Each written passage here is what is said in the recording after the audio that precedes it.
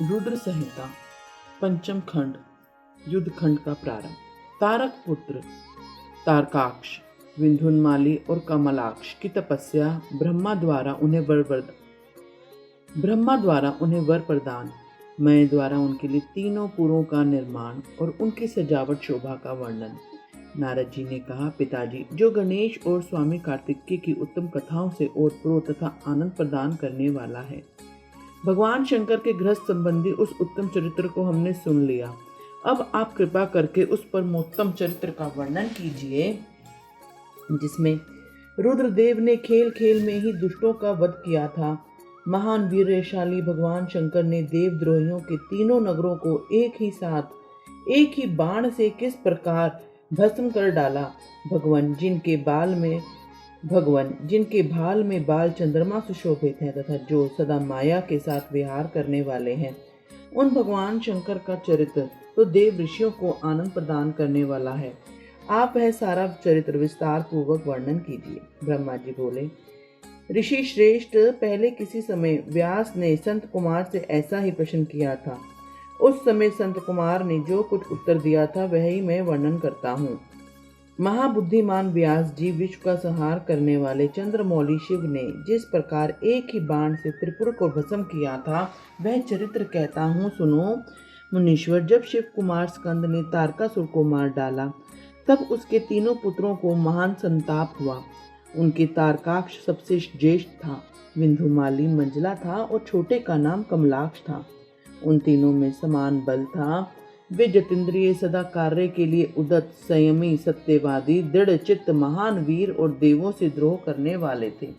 उन तीनों ने सभी उत्तमोत्तम एवं मनोहर भोगों का परित्याग करके मेरु पर्वत की एक कंदरा में जाकर परम अद्भुत तपस्या आरंभ की। वहां उन्होंने हजारों वर्ष तक ब्रह्मा जी की प्रसन्नता के लिए अत्यंत उग्र तप किया। तब सुर और असुर के गुरु महायशस्वी ब्रह्मा जी उनकी तपस्या से अंत संतुष्ट होकर उन्हें वर देने के लिए प्रकट हुए। ब्रह्मा जी ने कहा, महादैत्यों, मैं तुम लोगों के तप से प्रसन्न हूँ, अतः तुम्हारी कामना के अनुसार तुम्हें कब सभी वर प्रदान करूंगा। देवद्रोहियों, मैं सबकी तपस्या के फलदाता और सर्वदा सब कुछ करने में समर्थ हूँ, अतः बताओ, तुम लोगों ने इतना घोर तप किस लिए किया। संत कुमार जी कहते हैं, मुने, ब्रह्मा जी की वह बात सुनकर उन सब ने अंजलि बांधकर पितामह के चरणों में प्रणिपात किया और फिर धीरे धीरे अपने मन की बात कहना आरंभ किया। दैत्य बोले, देवेश, यदि आप हम पर प्रसन्न हैं और हमें वर देना चाहते हैं तो यह वर दीजिए कि समस्त प्राणियों में हम सबके लिए अवध्य हो जाएं। जगन्नाथ, आप में हमें स्थिर कर दें और हमारे जरा रोग आदि सभी शत्रु नष्ट हो जाएं तथा कभी भी मृत्यु हमारे समीप ना फटके। हम लोगों का ऐसा विचार है कि हम लोग अजर अमर हो जाएं और त्रिलोकी में अन्य सभी प्राणियों को मौत के घाट उतारते रहें, क्योंकि ब्राह्मण यदि 5 ही दिनों में काल के गाल में चला जाना निश्चित ही है, तो अतुल लक्ष्मी, उत्तम नगर, अन्याय भोग सामग्री, उत्कृष्ट पद, ऐश्वर्य से क्या प्रयोजन है। मेरे ऐसे विचार से तो उस प्राणी के लिए यह सभी व्यर्थ है। संत कुमार जी कहते हैं, महर्षि, उन तपस्वी दैत्यों की यह बात सुनकर ब्रह्मा अपने स्वामी गिरिशाई भगवान शंकर का ध्यान करके बोले। ब्रह्मा जी बोले, असुरों, अमर तत्व सभी को नहीं मिल सकता, अतः तुम लोग अपना यह विचार छोड़ दो।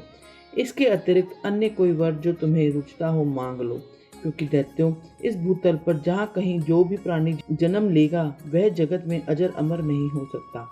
इसलिए पाप रहित असुरों, तुम लोग स्वयं अपनी बुद्धि से विचार कर मृत्यु की वंचना करते हो कोई ऐसा दुर्लभ एवं दुस्साहस वर मांग लो जो देवता और असुरों के लिए अशक्य हो। उस प्रसंग में तुम लोग अपने बल का आश्रय लेकर पृथक पृथक अपने मरण में किसी हेतु को मांग लो, जिससे तुम्हारी रक्षा हो जाए और मृत्यु तुम्हें वरण ना कर सके। संत कुमार जी कहते हैं, महर्षि, ब्रह्मा के ऐसे वचन सुनकर वे 2 घड़ी तक ध्यानस्थ हो गए। फिर कुछ समय विचार कर सर्वलोक पितामह ब्रह्मा जी से बोले। दैत्यों ने कहा, भगवान, यद्यपि हम लोग प्रबल पराक्रमी तथा हमारे पास कोई ऐसा घर नहीं है जहां हम शत्रुओं से सुरक्षित रहकर सुखपूर्वक निवास कर सके, अतः आप हमारे लिए ऐसे 3 नगरों का निर्माण करा दीजिए जो अत्यंत अद्भुत और संपूर्ण संपत्तियों से संपन्न हो तथा देवता जिनका प्रधरण ना कर सके लोकेश, आप तो जगत गुरु हैं। हम लोग आपकी कृपा से ऐसे तीनों पुरों में अधिष्ठ होकर ऐसी पृथ्वी का विचरण करेंगे। इसी बीच तारकाक्ष ने कहा कि विश्वकर्मा मेरे लिए जिस नगर का निर्माण करें वह स्वर्णमय हो और देवता भी उसका भेद ना कर सके। तत्पश्चात कमलाक्ष ने चांदी के बने हुए अत्यंत विशाल नगर की याचना की और बिंदु माली ने प्रसन्न होकर व्रज के समान कठोर लोहे का बना हुआ बड़ा नगर मांगा। ब्राह्मण, ये तीनों पूर्व मध्याह्न के समय अभिजीत मुहूर्तों में चंद्रमा के पुष्य नक्षत्र पर स्थित होने पर एक स्थान पर मिला करें और आकाश में नीले बादलों में स्थित होकर ये क्रमशः एक के ऊपर एक रहते हुए लोगों की दृष्टि से ओझल रहें। फिर पुष्कराव्रत नामक काल मेघों की वर्षा करते समय 1 सहस्त्र वर्ष के बाद ये तीनों नगर परस्पर मिले और एक ही भाव को प्राप्त हो, अन्यथा नहीं। उसी समय कृतिवासा भगवान शंकर, जो वैर भाव से रहित सर्वदेवमय और सबके देव हैं, लीला पूर्वक संपूर्ण सामग्रियों से युक्त एक असंभव रथ पर बैठकर एक अनोखे बाण से हमारे पुरों का भेदन करें। किंतु भगवान शंकर सदा हम लोगों के लिए वंदनीय, पूज्य और अभिवादन के पात्र हैं, अतः वे हम लोगों को कैसे भस्म करेंगे। मन में ऐसी धारण करके हम ऐसे दुर्लभ वर को मांग रहे हैं।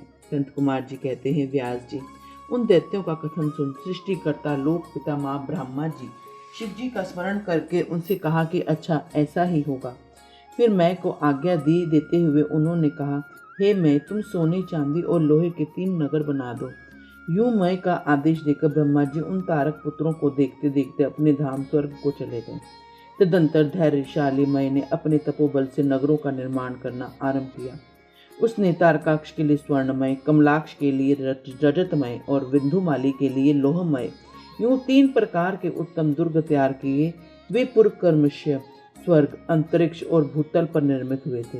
असुरों के हित में तत्पर रहने वाले मय इन तीनों पुरों को तारकाक्ष आदि असुरों के हवाले करके स्वयं भी उसी में प्रवेश कर गया। इस प्रकार उन तीनों पुरों को पाकर महान बल पराक्रम से संपन्न वे तारकासुर के लड़के उनमें प्रविष्ट हुए और समस्त भोगों का उपभोग करने लगे। वे नगर कल्प वृक्षों में व्याप्त तथा हाथी घोड़े से संपन्न थे। उनमें मणि निर्मित जलियों से आच्छादित बहुतेरे महल बने हुए थे। वे पद्म राग के बने हुए एवं सूर्य मंडल के समान चमकीले विमानों से, जिनमें चारों ओर दरवाजे लगे थे, शोभायान थे। कैलाश शिखर के समान ऊंचे और चंद्रमा के समान उज्ज्वल दिव्य प्रसादों एवं गोपुरों से उनकी अद्भुत शोभा हो रही थी। वे अप्सराओं, गंधर्वों, सिद्धों तथा चारणों के खचाखच भरे थे। प्रत्येक महल में शिवालय तथा अग्निहोत्रशाली की प्रतिष्ठा हुई। उनमें शिव भक्ति परायण शास्त्रज्ञ ब्राह्मण सदा निवास करते थे। वे बावली, कूप, तालाब और बड़ी बड़ी तलयों से तथा समूह के समूह वर्ग से चुनित हुए वृक्षों से युक्त उद्यानों और वनों में सुशोभित थे। वे बड़ी बड़ी नदियों, नदों और छोटी छोटी सरिताओं से, जिनमें कमल खिले हुए थे, उनकी शोभा बढ़ गई थी। उनके संपूर्ण कामनाओं को पूर्ण करने वाले अनेक फलों के भार से लदे हुए वृक्ष लगे थे, जिनसे वे नगर विशेष मनोहर लगते थे। वे झुंड के झुंड मद गज राजों से, सुंदर सुंदर घोड़ों से, नाना प्रकार के आकार प्रकार वाले रथों एवं शिबिकाओं से अलंकृत थे। उनमें समय अनुसार पृथक पृथक क्रीड़ा स्थल बने हुए थे और वेदाक्ष की पाठशाला भी भिन्न भिन्न निर्मित हुई थी। वे पापी पुरुषों के लिए मनवाणी भी अगोचर थे। उन्हें सदाचारी पुण्यशील महात्मा ही देख सकते थे। पति सेवा परायण तथा कुधर्म के विमुख रहने वाले पतिव्रता नारियों ने उन नगरों के उत्तम स्थलों को सर्वत्र पवित्र कर रखा था। उनमें महाभाग शूरवीर दैत्य और श्रुति स्मृति के अर्थ के तत्वज्ञ सर्वधर्म परायण ब्रह्मा जी अपनी स्त्रियों तथा पुत्रों के साथ निवास करते थे। उनमें मैं द्वारा सुरक्षित ऐसे सुदृढ़ पराक्रमी वीर भरे हुए थे, जिनके केश नीले कमल के समान नीले और घुंघराले थे। वे सभी सुशिक्षित, जिससे उनमें सदा युद्ध की लालसा भरी रहती थी। वे बड़े बड़े समरों से प्रेम करने वाले थे। ब्रह्मा और शिव का पूजन करके उन्हें पराक्रम विशुद्ध थे। वे सूर्य, मद, मरुदगण और महेंद्र के समान बली थे और देवताओं के मंथन करने वाले थे। वेदों, शास्त्रों और पुराणों में जिन जिन धर्मों का वर्णन किया गया है, वे सभी धर्म और शिव के प्रेमी देवता वहाँ चारों ओर व्याप्त थे। उन नगरों में प्रवेश करके विद्यक्ते सदाशिव भक्ति निरत होकर सारी त्रिलोकी को बाधित करके विशाल राज्य का उपभोग करने लगे मुने। इस प्रकार वहां निवास करने वाले उन पुण्य आत्माओं के सुख एवं प्रीतिपूर्वक उत्तम राज्य का पालन करते हुए एक लंबा काल व्यतीत हो गया। बोलो हर हर महादेव।